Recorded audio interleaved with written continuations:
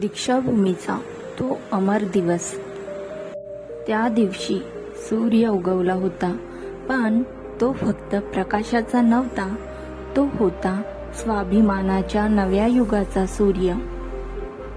14 October 1956 नागपूरच्या दीक्षाभूमीवर लाखो लोक जमले होते।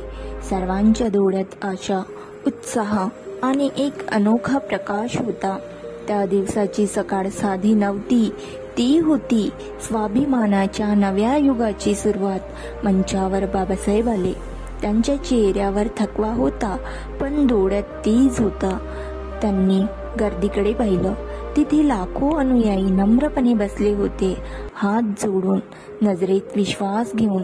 आणि मग बाबासाहेबांचा आवाज घुमला, मी हिंदू म्हणून जन्मलो, पण हिंदू म्हणून मरणार नाही। क्षणभर सगळं थांबलं, वेळ जणू स्तब्ध झाली होती। आणि नंतर दीक्षाभूमीच्या हवेत एकच नाद घुमला, नमो बुद्धाय, जय भीम। त्या क्षणी लाखो लोकांच्या डोळ्यातून आनंद अश्रू वाहू लागले।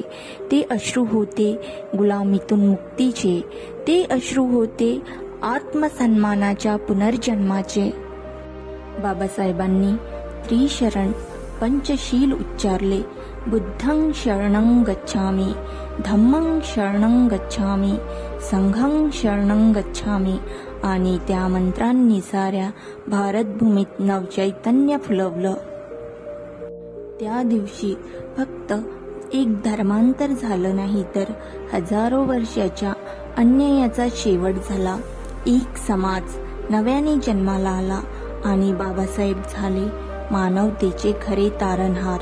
आजही दीक्षाभूमीच्या वाऱ्यात तोच आवाज गुंजतो, नमो बुद्धाय, जय भीम।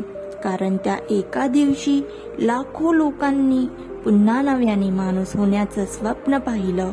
14 ऑक्टोबर 1956 हा दिवस नाही, हा आहे आत्मसन्मान, सत्य आणि बुद्धमय भारताचा जन्मदिवस।